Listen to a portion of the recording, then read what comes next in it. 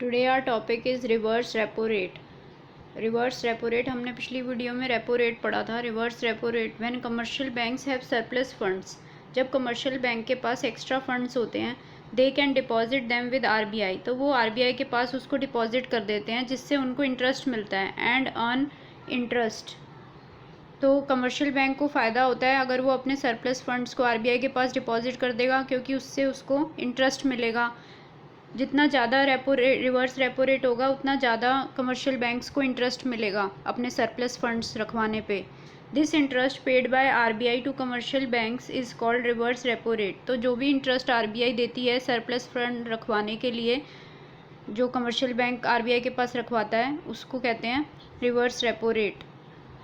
To control excess demand, rise in reverse repo rate. अगर RBI ज़्यादा reverse repo rate कर देगी, rise in reverse repo rate, इसका मतलब अब वो ज़्यादा इंटरेस्ट पे कर रही है।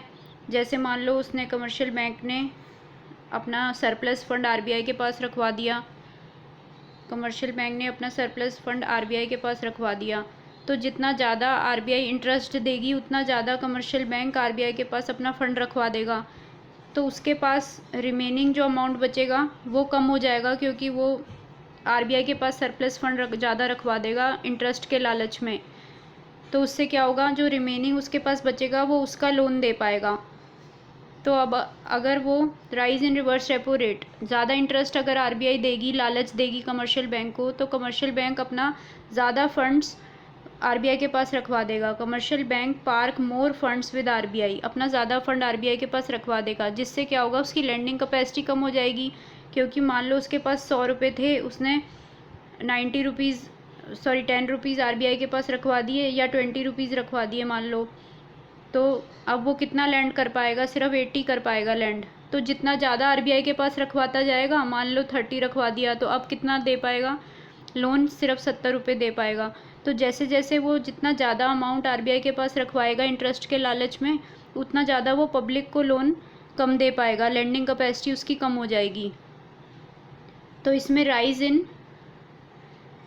इन reverse repo rate, commercial bank ज़्यादा फंड लालच में रखवा देगा आरबीआई के पास, उससे उसकी लैंडिंग कैपेसिटी कम हो जाएगी, तो पब्लिक के पास पैसा कम हो जाएगा, अवेलेबिलिटी ऑफ क्रेडिट कम हो जाएगी, मनी सप्लाई फॉल हो जाएगी, एडी फॉल हो जाएगा। क्योंकि पब्लिक को क्रेडिट कम मिलेगा तो एडी फॉल हो जाएगा।